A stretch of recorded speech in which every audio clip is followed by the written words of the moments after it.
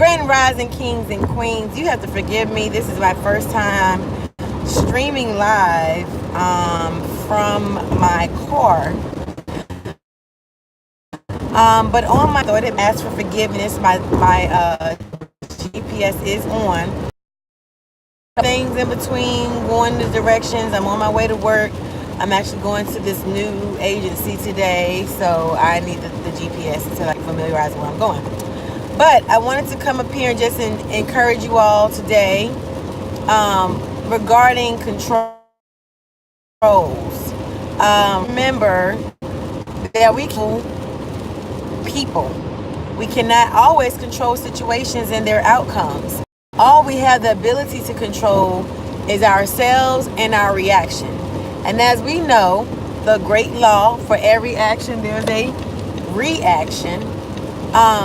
So this is a way to manage our stress. Our stress levels are always heightened for one reason or another. But it's very important to realize once you situation realize how much of the situation you actually have control over. What percentage of the influence that I'm putting in there to get the desirable outcome. Some of us need to just plain old detach. I ain't gonna lie to you. Some of us just need to straight detach from certain individuals that give you negative energy, negative vibrations. We need to step back. Now, of course, in a professional setting, we don't always have the ability to do that because we do have to answer to someone. But within yourself, we have to create an environment of calmness, tranquility, retreat, being peaceful, and just straight self-talk. It's hard at times, but it can be done. That's why I always say in every single video that it's very important that we practice being able to, you gotta forgive me, I don't even know if this video is gonna cut off. Hold on. Shit. But I had to stop it. I'm gonna do better with recording and driving. But as I mentioned before, but getting back to my point, that's why meditation is imperable, y'all. It is so important to meditate. Not to say that the contrast and all of that could happen, will not happen. But it definitely sets the tone for how we will react to situations. It's very important to be grounded. A lot of people that I talk to say that it is difficult for them to meditate. They can't find it in themselves to really quiet their mind. What I try to give the example on is to picture a canvas, a painting canvas, excuse me. Picture a canvas that has all this different stuff on it. And with your mind, picture yourself erasing certain things. These can be the thoughts that fly into your head and just let them pass. Don't try to fight it. Don't try to question why you're thinking about it, because of course that perpetuates the thinking even more. But just try your canvas little by little, or a picture that you want. That's my best way of explaining meditation. And if you can, leave the canvas blank. Just try your best to erase things that may be before you in the day, because the truth of the matter is we really don't know what the day holds, honestly. We be honest with ourselves. We know what our plans are. And if you be honest with yourself, what you have on your agenda sometimes, either you don't get to it, and it has to be put out to the next day, or you do get to it and you may be not satisfied with the outcome, or you get to it and you complete it, which is a kudos for you. All right. So that's that.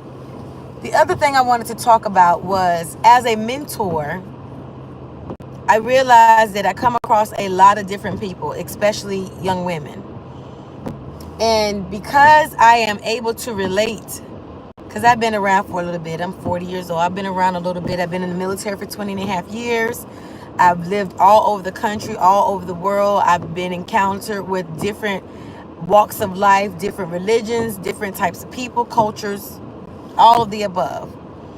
So I've been around a little bit, and I'm able to listen to someone's point of view, even if I don't agree with everything. I'm able to listen to someone's point of view and be able to relate. Not that I have to assume their story, but I'm able to relate to them. What I found is people most are responsive in what you are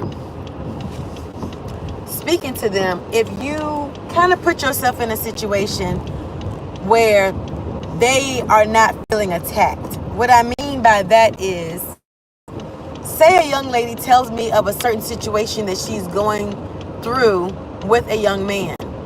And I know from experience that the situation that she's experiencing, it can be avoided if she wants to avoid it, if she sees the need to avoid it. So what I do is I say, you know what, I had a similar situation. And I tell them the story about how it all unfolded for me. And then I say, and this is how I handled it. Now, if I didn't handle it the way I should have, I tell them that this was the lesson I learned. And this is probably what I should have done. Or I could say, this is how I've handled it, and this was the outcome of it. It's because people, when you're trying to give them advice, sometimes they take shit personal, and they some kind of way feel like they get defensive, and they feel like you're attacking them, and it's not you attacking them at all. You're really trying to give them some wholesome wisdom, and you have an overstanding for what they've gone through because you yourself have probably experienced the same thing.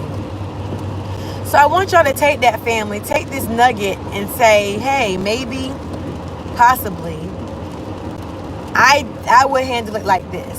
But I understand. Let them know you understand. If they decide not to take your advice, it's totally fine. It's up to them. But I guarantee you, they'll go back and they'll sit and think about it. They'll be like, wait a minute, maybe it can be handled this way. If she said it happened for them. But they also got to know that me and you are two different people. Your DNA, your conceptualization, what you meditate and pray on, what your angels, your guides, your ancestors tell you to do may be totally different than what mine told me to do in that same situation. If they told me, if I listened to hear anything of any guidance. But they cannot feel as defensive if you put it in that way. So, family, today is February 6, 2019. I want you to go out there and be the best version of yourself. Be abundant, be alive, live on purpose. All of the things that we hear every single day. If you hear any inspirational speakers, this is what I suggest you do as well. Les Brown said this. He's one of my inspirational speakers I like to listen to. He said, whatever you feed yourself, your spirit, the first 20 minutes of your day waking up is what subconsciously acts out into your reality. And I truly believe that. So if you can, listen to something inspirational and upbeat. And I think I need to put on my MapQuest right about now because I'm clearly not going the way I'm supposed to be going. I love you all. Blessings.